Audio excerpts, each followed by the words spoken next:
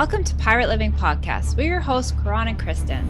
On this podcast, we are highlighting ordinary people living extraordinary lives.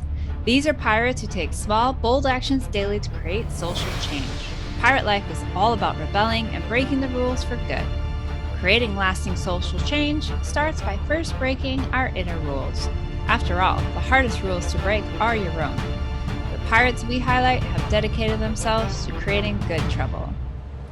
Today, we are talking with us. That's it.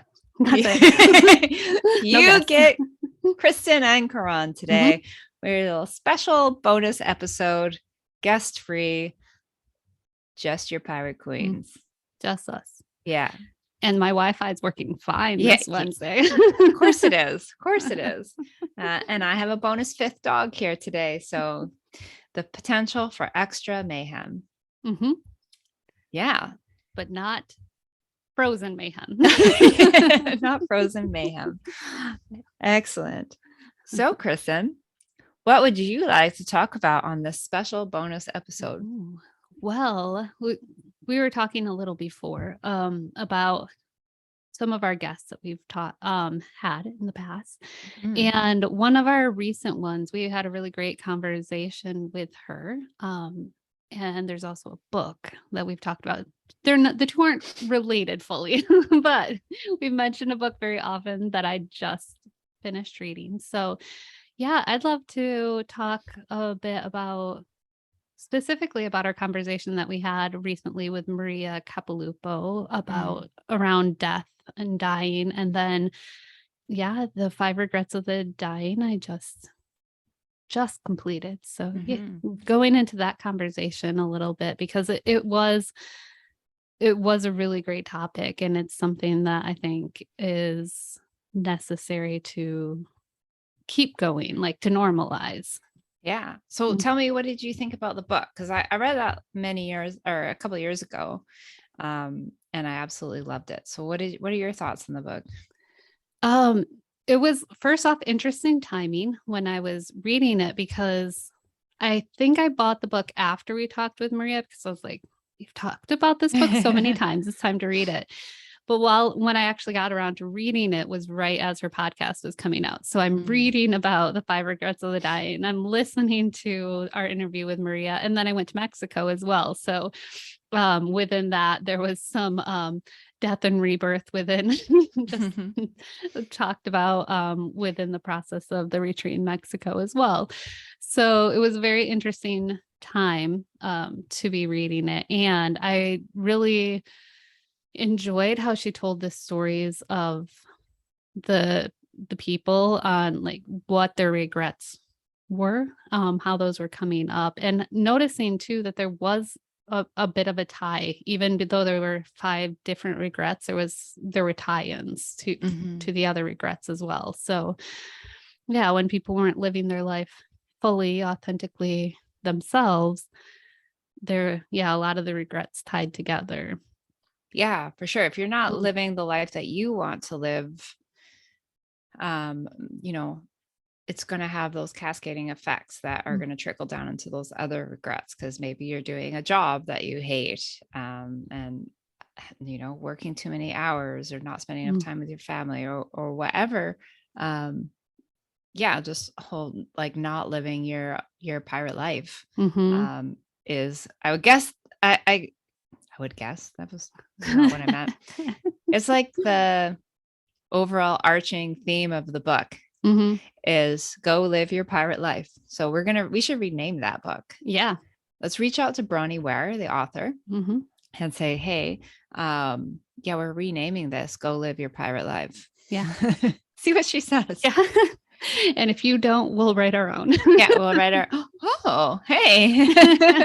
We could write our own book. We could. We could have each of our guests write out something about their pirate life, and put together a collection of stories. Oh, there we go. You heard it here first. Bronnie. Yeah.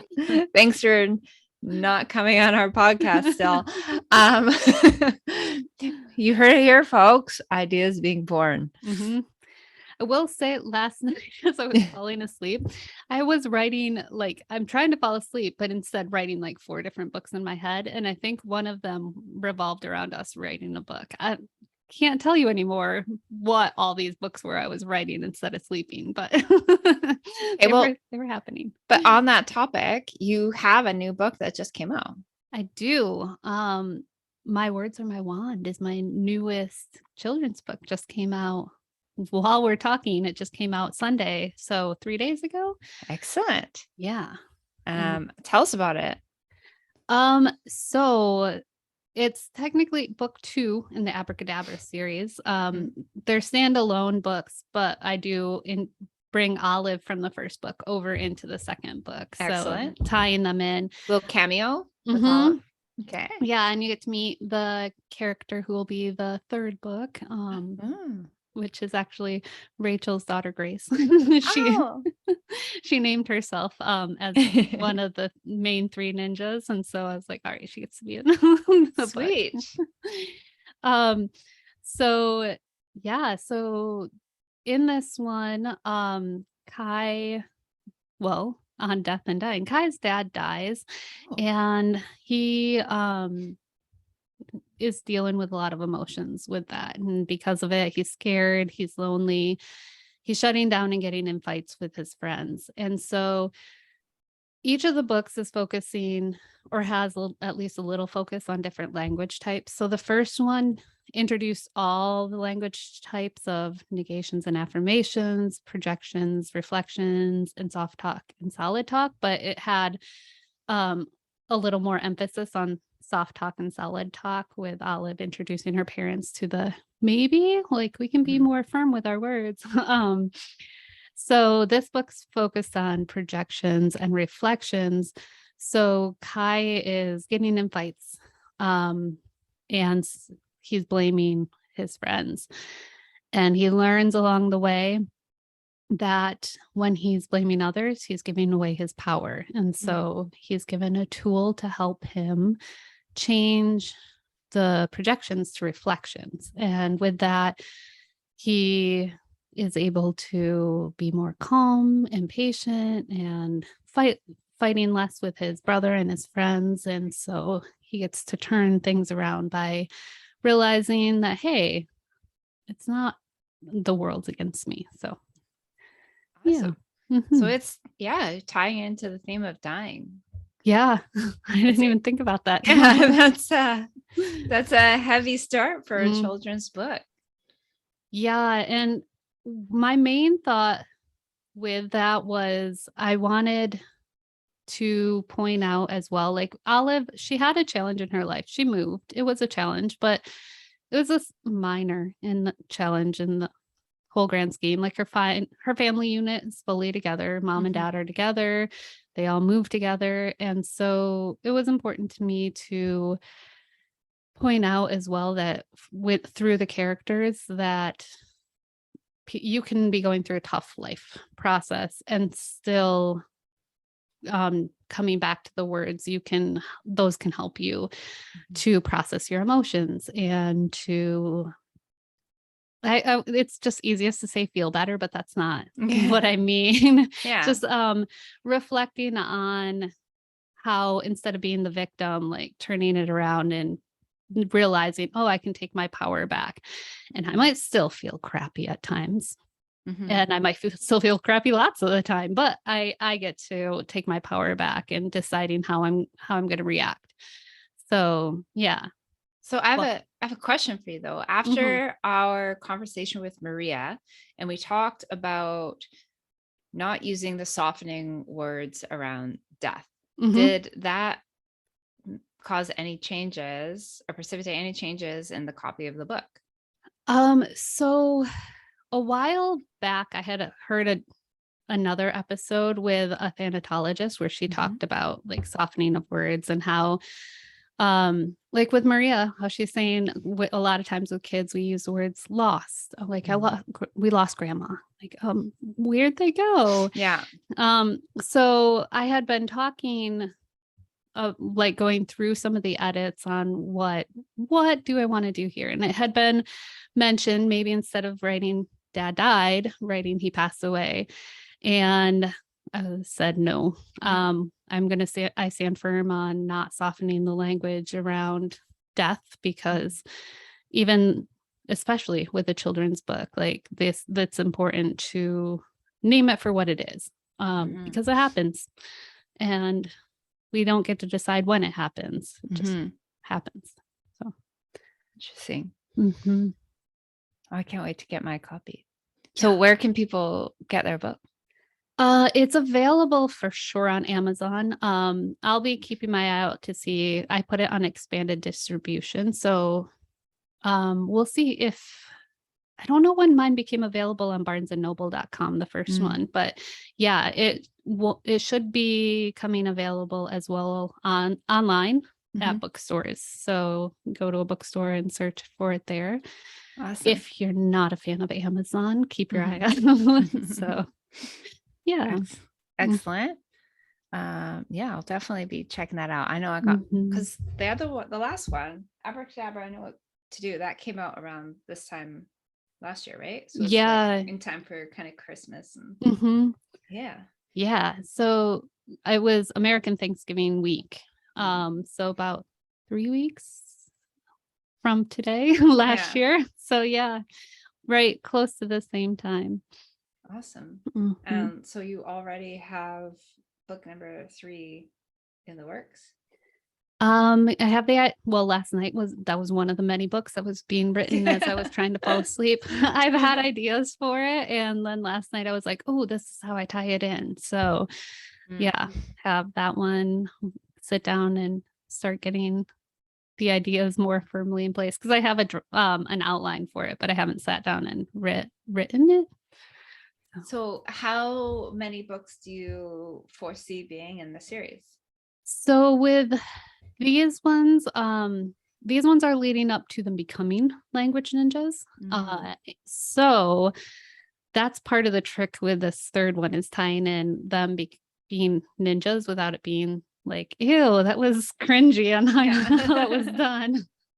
But yeah, this is leading into them being the language ninjas, and what the language ninjas originally I was looking at were potentially them fighting different villains, like the blame thrower, which I got these ideas from Mark England, so they're probably names he already used. But like, yeah, the blame thrower, Mrs. Indecision, Mr. Worst Case Scenario.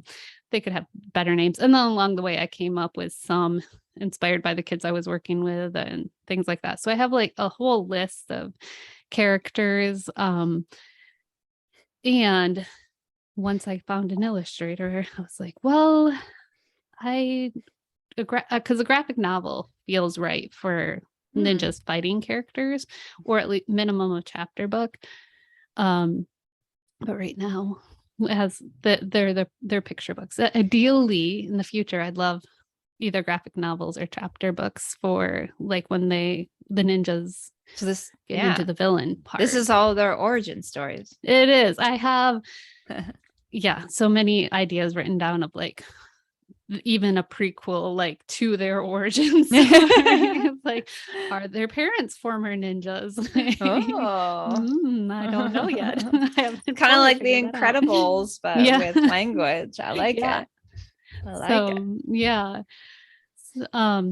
So ideally, there will be more things in the future rather than it just being picture books that turn into stories of ninjas being mindful, ninjas using their words, and because that can get cheesy. I mean, there's lots of books that teach good messages, but after a while you get too many of those and it's like, there, you're just using it. So I'd like to keep it to a good story. But yeah, so that's my idea with that, where that's headed. Very cool. Let's take out the maybe. It will be an animated show in the future. Oh, I like it. Cool. Yeah. Is there any other like recent guests that kind of stick out to you that we've had? Well, the one that just came out this week. Martin Lockett, we had a really good conversation with him about like, I was actually talking with Lance about that yesterday, with him, like how his life choices led to him finding his life's purpose, which the life's purpose is tied in a lot with those decisions that he made, and the consequences that were there. But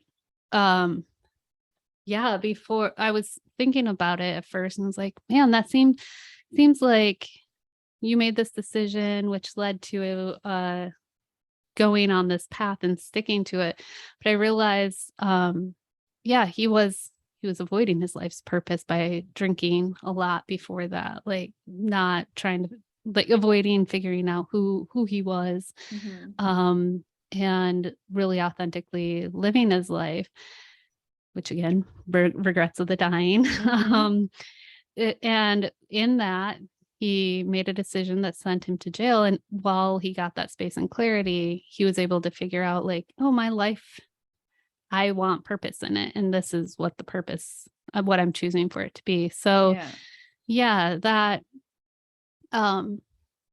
was a powerful message and story. And he's going to be back to talk to us about life within the correctional facilities.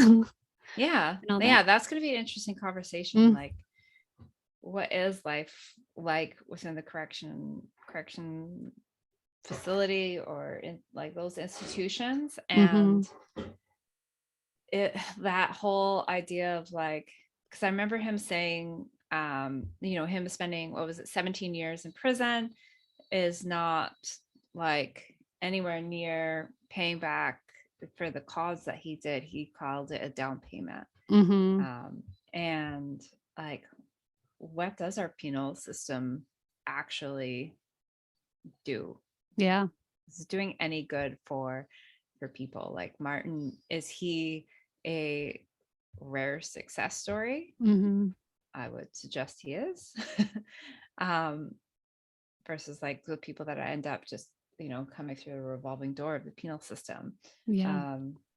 So yeah, I'm looking forward to that conversation that we're going to have with him as well about that whole correction institutions and are they doing any good? Yeah.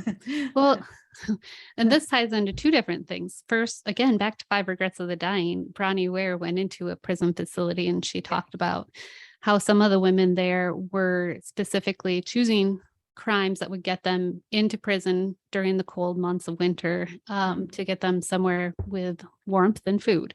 Yeah. And on that note, like, I was just this morning reading an article about homelessness in Portland and how a lot of the homeless people, maybe not a lot of the homeless people on the street, but some of the homeless people on the street are having a hard time getting off the street because they can't get a job because they have felonies. And even if they wanted to make a change, and go get a job, like if they get a job, they don't have clean clothes. They can't get to a shower regularly. So they're like, who's going to want to employ me? And then also to be able to get housing if they have these felony charges. And some of them are drug related felonies. Most of these people that have been on the street have been in for short periods of time and then got out. So yeah, what good is the system doing if, like, yeah, it's putting people on the streets, or they're going in because they need somewhere warm and they know just the exact right thing to do to get in for a short period of time. Well, and like you said, if it's preventing them from actually getting employment in the future, like what options does that leave someone if they can't even get a job now because they've been in the corrections institution, they've been to jail, and like it's just the only way they're going to be able to survive is them turning back to ground. Revolving door. Yeah. It's got to be a better way. Gotta be. I don't know what that way is, but there's got to be. Well, hopefully Martin has some ideas having lived in it. We'll let him. So he'll share with us some some thoughts on that. And maybe we'll get somewhere. Yeah. So Um, stay tuned for that one. Stay tuned. Mm. Cool. Yeah. What about you? Guests or what's happening in your life or any of the things? I mean, for me, my current venture is you guys have probably heard me talk about it on here. I've been doing nutrition coaching for a while, and I've been tasked with creating a nutrition coaching division within the gym that I work at. For those of you that might remember, our guest Craig Patterson, the owner of my gym. So he's asked me to create a whole division, and it's really interesting. We've started a partnership that we're still working on, like developing with the folks at Working Against Gravity, and using their platform, which is really interesting. Like the way I do my nutrition coaching is very energy consuming for me, because I do a lot of our language work and story work, and in order to scale that for other coaches as well, it needs to look a little different for them, and that's what I'm trying to figure out, the best way to provide those, like, kind of mindset. Don't mind the dogs if you can hear them. And apparently construction now going on next door. How to provide the level of support, but also scaling that to create an entire division within our business group. So that's what I've been working on. If anyone is interested in nutrition coaching, obviously I can coach anyone around the world because it's all done online. And I'm really excited to be able to reach and help more people, even if it's not myself personally that eventually is doing this. For now, it is me. I've got to get other coaches trained up, but being able to impact even more people, because using tools that will help me to scale up, which That's is exciting. Yeah, it's all like online. There's apps that we're using, and this is all just kind of started in the last week. The actual soft launch trial period, me figuring the systems out with some current clients, and I just took on a new client this morning. So just continuing to grow. Yay. Which is fun and exciting. Yeah. And because I love special projects, and I have so much free time in addition to my coaching, personal training, coaching on the floor, just locally launching a teen program. That's going to be, the first iteration is going to start here for the winter break in December. So just having some fun developing that, and signing up a few teams here and there, and trying to find avenues of where to find more teens other than just the kids of the family members at the gym. Got a few people that I'm working with that are happy to sponsor some teens that may not be able to afford this type of program at some of the local schools. So trying to figure out how we can have these like sponsorships / like scholarships, so that it's so important to introduce our youth to like general health and fitness. So it's going to be 75-minute sessions, 5 days of the week. Okay. Where we're going to do a workout and teach them about like movement.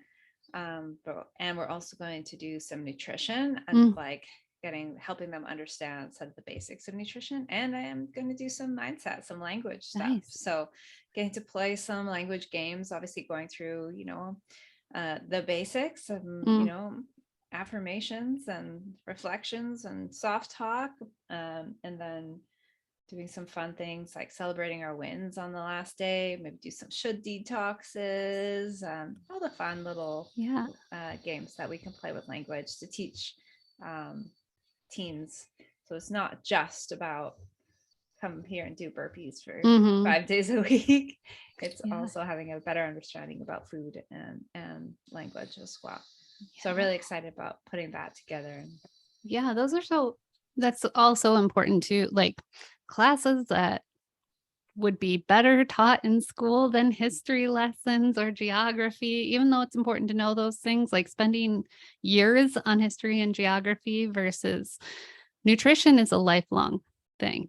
Yeah. The words that we're using, how we're moving our bodies, these are all lifelong processes. Totally. Knowing geography and history are important to know about the world, but they're not going everywhere with you unless that's knowledge that you use as trivia.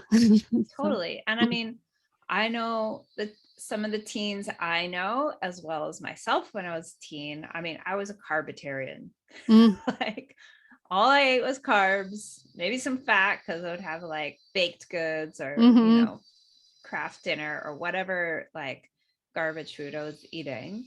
And I had no concept of like, at the time that, you know, what I was eating was impacting my health, how I felt every day, my mood.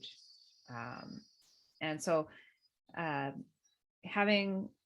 giving kids like 10 minutes of, maybe not even 10 minutes, 7 minutes, what is protein and why do we need to eat it and where do we find it? What are carbohydrates? And what are good carbohydrates that we should be eating? Fruits and vegetables. What is fiber?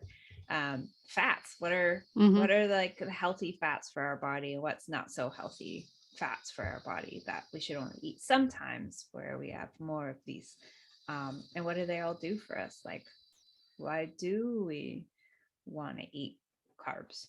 Carbs are good for us. They're delicious. They're delicious. And also, like, think about all your, like, I remember being at a grocery store and buying some veggies, and the cashier, like, you know how when you have veggies that they have to like, if there's not a number on the sticker or whatever, they have to like bring it in, like this is a banana, whatever. And I've had times where I've had young people put broccoli on the scale and be like, what is this? I'm like, oh, no. This is broccoli. You should know this by now. You're old enough to have a job. Yeah. And I had one recently where it was a little bit more obscure vegetable. I can't remember what it was exactly. But this was a grown ass adult being like, what is this? And I just told her the code because I made note of it. And she's like, do you work here? I'm like, no, I was just anticipating that the cashier may not know what vegetable this is. And I kind of felt like a little bit of a bitch when I said it. But like I took note just in case, and lo and behold, they're like, what is this? Yeah. So the fact that like there's grown ass adults that don't recognize, you know, certain vegetables is concerning. And maybe we should teach kids about eating the rainbow and like, why do we eat things of all different colors? I remember having this conversation recently with a adult nutrition client. We're just talking about peppers. And she's like, oh, well, I only just buy the green ones. And I'm like, cool, you don't like the other ones? Like the red ones are the highest in vitamin C. And she's like, what do you mean? They're different? And I'm like, they are different. The different colors of food, like understanding that different colors of food generally indicate different types of nutrients, right? So something so that basic that I take for granted, like let's teach them when they're 14 that different colors mean different things. So don't just eat all the white ones. Yeah. Have some variety in the color Have on some your variety. Yeah. Anyway, so that's my little rant. Those are the two things. Local teen program. If you're in Vancouver and you have a teen, and growing an entire nutrition division of our at Mad Lab. So if you are anywhere in the world and are looking for nutrition coaching, I'm available for that. So lots of fun stuff. Yeah. Vancouver teens, go. Yeah. Go learn. Yeah, we've got a few. We were originally going to do 13 to 18, but now I've had a couple of parents ask for their 12-year-olds. So we've lowered it to 12 to 18. Nice. Yeah. Yeah. And I know we have some Vancouver listeners. So if you have teens, true, bring them. It's true. Yes, bring them. Mm-hmm. So that's what I got going on. Yeah. Lots of exciting stuff. Yeah. Mm-hmm. Trying to think. Is there anything coming up guest wise that you're looking forward to?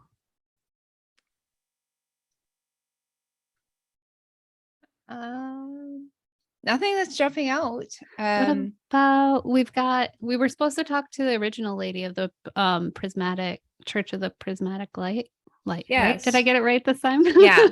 But she hasn't booked, right? Oh, I think she has. Her name is Sherry, right? Yeah. Okay, good. If she has, then definitely looking for. I hadn't seen that one come through. So yes, I'm definitely looking forward to that. Do you know when that is? I think in December. So that one would likely come out. It might come out in December, but it might come out in the new year. I'm just looking. A good question. Her name's Jerry. She might. I think she was December. Jerry. Yeah, the 7th of December. So yeah, I am looking forward to talking to her. This is a reschedule. We had another. Oh, your mic's just switched. There, now you're back. That's the wrong. We made it. There we go. There we go. There we go. That's because I touched my computer. My computer is so. If anyone wants to donate a better computer or gift it for Christmas, I'd totally be down for that. My computer cannot do two things at once. But yeah, we were going to talk to the original leader of the Church of Prismatic Light. And that had to be rebooked. And now we've got the current leader of the Church of Prismatic Light. And I'm really excited to talk to her. Yeah, doing pirate stuff. Yeah, very pirate. I mean, starting your own church is pretty pirate. I mean, and it's not like super culty before you're like, oh my God, it's like a cult. I'm like, no, it's not culty. You'll stay tuned. Yes. Stay tuned. Yes. What about you? Let's see. I was trying to think. Who do we have coming up? I am looking forward to talking with Amy, who I'm going to apologize right now. I don't actually know how to pronounce her last name yet. But Amy is, she's got so much energy. I just saw a video of that she did. She hula hoops, but doesn't just like hula hoop one hoop. She can do multiples at a time on multiple limbs. She's got some videos on YouTube, but I just saw a video recently of her in front of a large crowd, celebrating wins, but also like doing some of the enlifted type stuff that we've learned while hula hooping in front of a large crowd. And then at the end, she played We Are the Champions and was having everybody do the yes and celebrating themselves. And she's all about play and love and light and just bringing joy into your life. She also has been a clown or is still a clown. I don't even know, but we'll learn from her. Yeah, she's play is her jam, and she brings play and love into everything that she does. So I'm excited to talk with her. Yeah, amazing. Mm-hmm. That's exciting. Hula hoops. So yeah. Very cool. Is that a dog snoring or construction? That's construction. So I know at first I was looking around like, who is snoring that loud? Nope, that's the construction. So I mean, I'm in Vancouver, so we finished our drought and immediately went to like torrential downpour. Mhm. So this is one of the first dry days we've had. So of course, construction next door is back up and running because it's one of our only dry days. So Don't work in the rain out there. Out there, people do lawn care in rain out here. generally, but I think there's just certain tasks that you can't really do in the rain. True. Maybe like power tools outside in the Yeah, rain. I mean, out here, the weirdest thing to me, one of the weirdest things is people would come in when I was working in childcare, take care of our lawn, which I think involves some lawn mowing in the rain, but they also would take out the leaf blower and blow around the leaves and the lawn clippings and all of that. And I was like, we're leaf blowing in the rain. This is interesting to me. That's fun. I think, yeah. Oh my God. You can Good see thing we're tails wrapping. bobbing by. I've got my 3 big dogs are having a party right now. They know we're wrapping up. They're like, They it's do. time to be loud. Yeah, Mom, get off the thing. Take us outside. So yeah. With that note, I will wrap with a couple of things. Like first, we're talking about the guests we have coming up, and listeners, this podcast is about you and as well as us. So if you know anybody who you think would be a great fit, or if you have any like dream people you'd love to hear, especially if you can help us make contact with them, that would be like, yeah, it's great. We're open to suggestions. Like you want to get Gabor Mate on here. Yeah. It's a not yet. Not yet. We'd also love to get a Sun Daniel. So so there's like if there's people that you know want to put us in touch with as well, or that you're like, hey, they'd be a really good fit, introductions are, we'd love to talk with more people. Yeah. And there was something else that I thought of. Oh yeah, we'll be, just a heads up, we'll be taking a break for a couple of weeks around the holidays. So that would be a great time for around Christmas and the New Year to be catching up on all of the people that, especially the ones we talked about today. If you haven't listened to them yet, go back, listen to your favorites, re-listen to some, because by that point in time, we'll have had, I think, 86, it's somewhere in between 86 to 90 podcasts with guests out to listen to. So yeah, so are we calling that season 1? a year and a half for a season, and then we'll be back for season 2. Sure. We can call it a season. With no rhyme or reason other than we're taking Christmas off. Yeah. So it's a good time to get caught up, do some refreshers. So yeah. And I think that's everything. That's it. Awesome. Well, it was lovely chatting with you. You too. And I'll talk to you like later today, probably. Most likely. All right. Enjoy your sun over there. Thank you. Bye.